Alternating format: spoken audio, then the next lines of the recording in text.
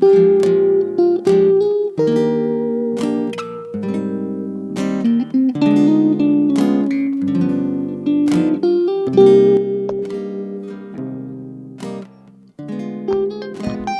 everybody! So, today we get to go over one of my favorite lectures of the year. And the reason this is one of my favorite lectures is that really it's something that until I became a physics teacher, I hadn't thought enough about. And that is some of the obvious things about the world we live in, such as is the Earth round? Now, of course, you all know it is, yada yada. So who first figured that out? Well, you ask a grade school kid, and most of them are going to say Christopher Columbus, 1492. Sailed the ocean blue, yada, yada, yada. But really, human beings have understood this for far longer. In fact, the person I'm going to talk about today, Eratosthenes, was actually able to calculate it to within 2% error. Absolutely amazing. It's likely that people in ancient Mesopotamia, ancient people in China, as well as Central America, probably also had a really good idea about this. Because really, humans have always looked up to try to figure out what it is they're standing on.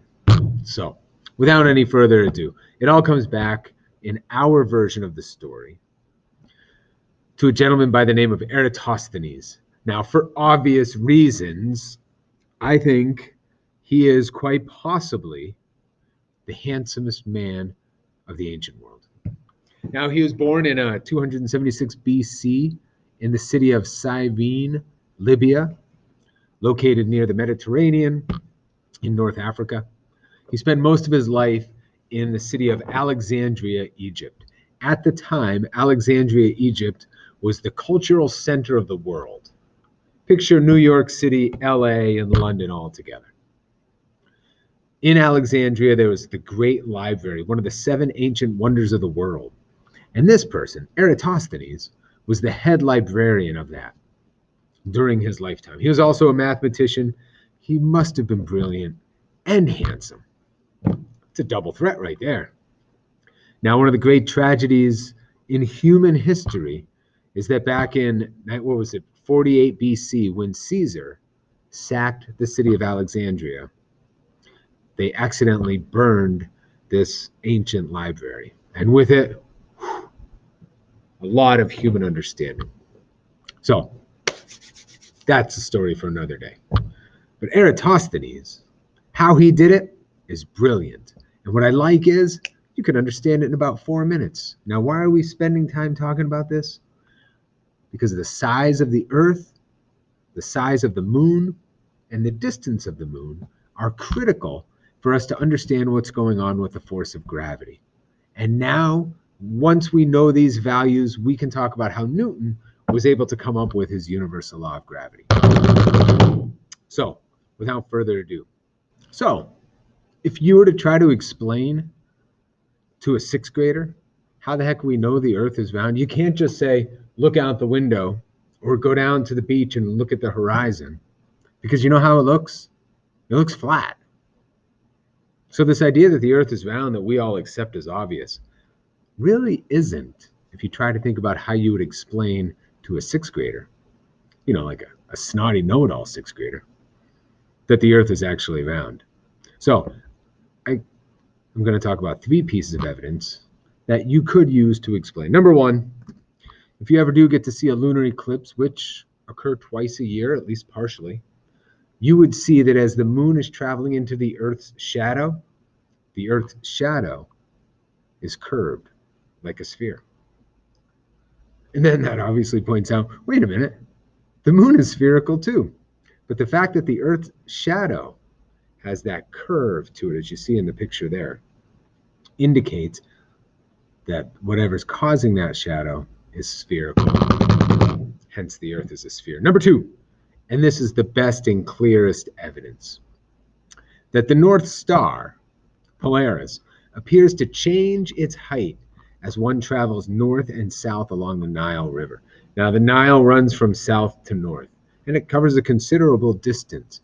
As one were to travel on that lodestar, the North Star, also known as Polaris, would appear to change in declination, change in height above the horizon. From where we live in our district, if you were to find Polaris in the night sky, it's going to be approximately 42 degrees above the horizon, right about there. But as you travel farther north, what's going to happen to the North Star? Well, if the Earth was flat, you could come up with a bunch of different things. But if you explain the Earth as being a sphere, one would have to say that by the time you were standing on the North Pole, the North Star would appear directly overhead. Now, this is a gross exaggeration, right? Diagram not to scale. But the idea that this pole star, this lodestar that we use for navigation, changes its height based upon your location is a nice indication that the surface that you're walking on is curved. All right. I could keep going on that, but I'm guessing you hopefully get it. Now, the other piece of evidence, one that I don't really like. In the mid-20th century, we began launching satellites into space that would help us determine the exact circumference of the Earth, 40,030 kilometers. But over 2,000 years earlier in ancient Greece, a man arrived at nearly that exact same figure by putting a stick in the ground. That man was Eratosthenes, a Greek mathematician and the head of the Library of Alexandria. Eratosthenes had heard that in Syene, a city to the south of Alexandria, no vertical shadows were cast at noon on the summer solstice. The sun was directly overhead. He wondered if this were also true in Alexandria, so on June 21st he planted a stick vertically in the ground and waited to see if a shadow would be cast at noon. It turns out there was one, and it measured about 7 degrees.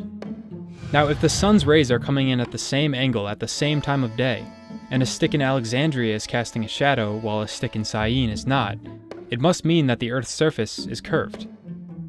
And Eratosthenes probably already knew that. The idea of a spherical Earth was floated by Pythagoras around 500 BC and validated by Aristotle a couple centuries later. If the Earth really was a sphere, Eratosthenes could use his observations to estimate the circumference of the entire planet. Since the difference in shadow length is 7 degrees between Alexandria and Syene, that means the two cities are 7 degrees apart on Earth's 360-degree surface. Eratosthenes hired a man to pace the distance between the two cities, and learned they were 5,000 stadia apart, which is about 800 kilometers. He could then use simple proportions to find the Earth's circumference. 7.2 degrees is 1/50th of 360 degrees, so 800 kilometers times 50 equals 40,000 kilometers. And just like that, a man 2,200 years ago found the circumference of the entire planet with just a stick and his brain.